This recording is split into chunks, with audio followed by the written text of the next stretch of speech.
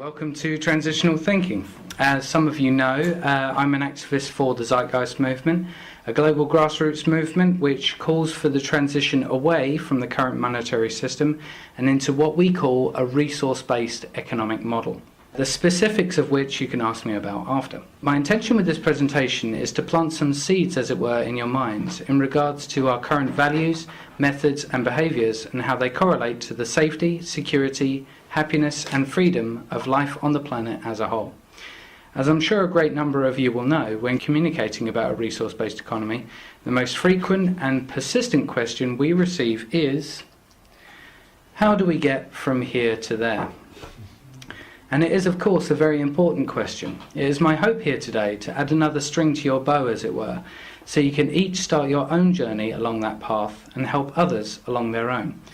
Just to gauge an insight, who here would consider themselves to be aligned with the train of thought that we, the Zeitgeist movement, advocate? By raising your hand. Quite a few, that's good. Who here is maybe vaguely familiar or maybe has a few questions bubbling up? Yeah, one or two. That's good, healthy skepticism. That's great. Keep it going. Okay, and who here has no concept at all of what it's about? Okay. Right, well, rest assured, guys, this presentation is mainly for you and those with questions. While I completely understand your discomfort, unfamiliarity, and perhaps even boredom, it is my hope to maybe target this mainly for you. The documentary filmmaker and Horisonic frontman Ben Stewart once said, "Trillions of cells make up a single organism called the human body, and billions of human bodies help make up the organism we call Earth." We should keep this in mind at all times, considering our interconnectedness or symbiosis with everything around us. The very atoms that make up our bodies are also present in the furthest stars in this galaxy.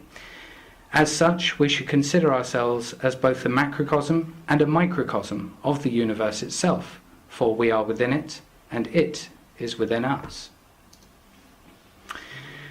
This realization is, as you may find, diametrically opposed to our established views, beliefs, and thought patterns. We consider ourselves separate from each other, separate from nature and everything else. This mentality serves to do just that, and this planet, which helps sustain our lives, is ultimately neglected. And if we expect to survive and also thrive on this planet, we really need to move away from these separatist notions, because we are all in this together. Certain cultures, which we tend to call primitive, did not abuse, exploit and destroy their natural environment, unlike modern so-called civilization. Instead, they lived in harmony with it and took what they needed and no more, while giving back at the same time, taking every care not to cause negative retroactions. They did this because of one main understanding: if they protected and preserved nature, nature would continue to protect and preserve them. By the end of this presentation, it is my hope... I've lost where I was reading. Yeah, it's my hope to demonstrate that while we pride ourselves on what we can do and what we are, mainly through our use of technology and science, we are actually becoming more and more, as a result of our values, the real primitive culture. And through this demonstration, provide an interactive exploration of what is right on the course of us achieving the ability to call ourselves civilized.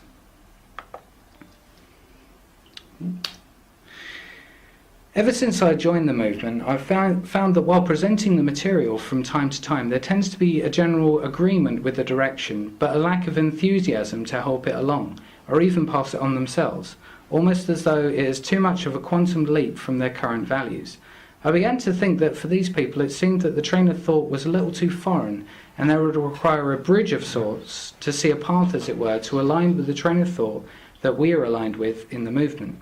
So as a result, I began to think of certain elements of our culture and our values that really stuck out as corrosive, detrimental, hypocritical, obsolete, inhibitive, or all of the above, and group all of these together with the common goal of remedying these social and value-orientated ills.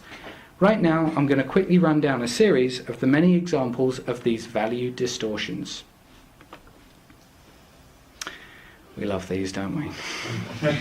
We have women's weekly magazines, or as I prefer to affectionately refer to them, gossip rags, contributing towards the continual dumbing down of its readers and the perpetuation of superficial and rubbernecking values. It seems that the human mind is somehow not deserving of something that stretches and stimulates it anymore. We have pop music, which is there merely to make money over and over again in a disposable fashion, keeping society only thinking with a narrow band of sex, money, image, and relationship troubles. Sounds great, doesn't it? And we wonder why our mainstream culture has been mentally tunnel-visioned. We have the celebrity cult of personality mentality, where famous people are deified merely for being in the spotlight. This, as you can imagine, causes ordinary people like me or you to feel inadequate by comparison. There used to be a time when people were famous for being talented, virtuous, highly achieving, and the like. Now people are being treated as though they are those things, merely for being famous.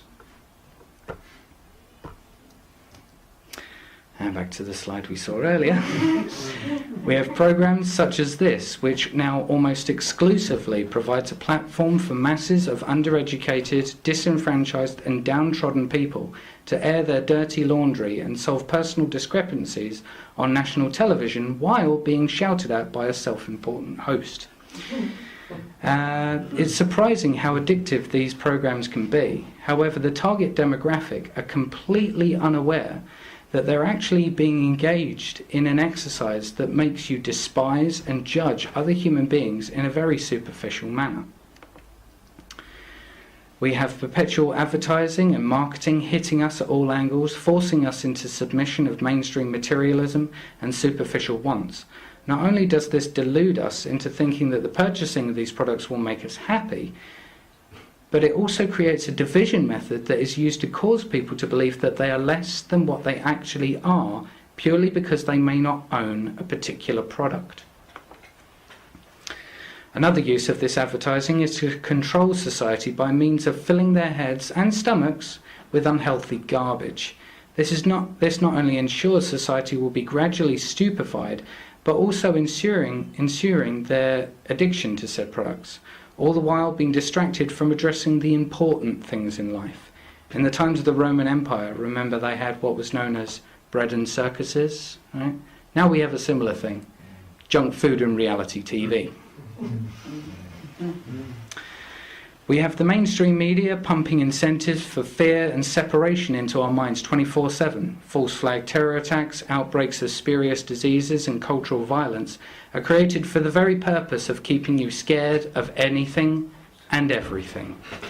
God forbid if we, the human race, would live our lives without fear of being blown to bits by an Islamic terrorist, catching a fatal virus, or getting mugged and stabbed by a delinquent wearing a hoodie. That we might actually want to grow and learn and hence progress as a species. Just a thought. We have politicians in charge when it is patently obvious they haven't the first clue about how to actually make real changes. That's besides the fact that they have no real interest in change. Regardless of this fact, because their dealings and associated issues have been branded with the word political, they are held up as the experts on how to manage things, while the rest of us would feel we would be out of our depth, right?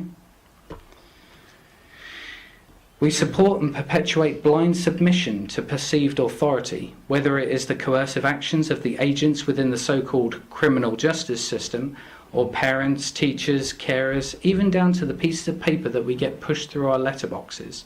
We have been groomed into thinking that we are governed by unthinking and unquestioning obligation. This enables slavery in all its forms to flourish right in our faces and in our hearts, and we never collectively resist it.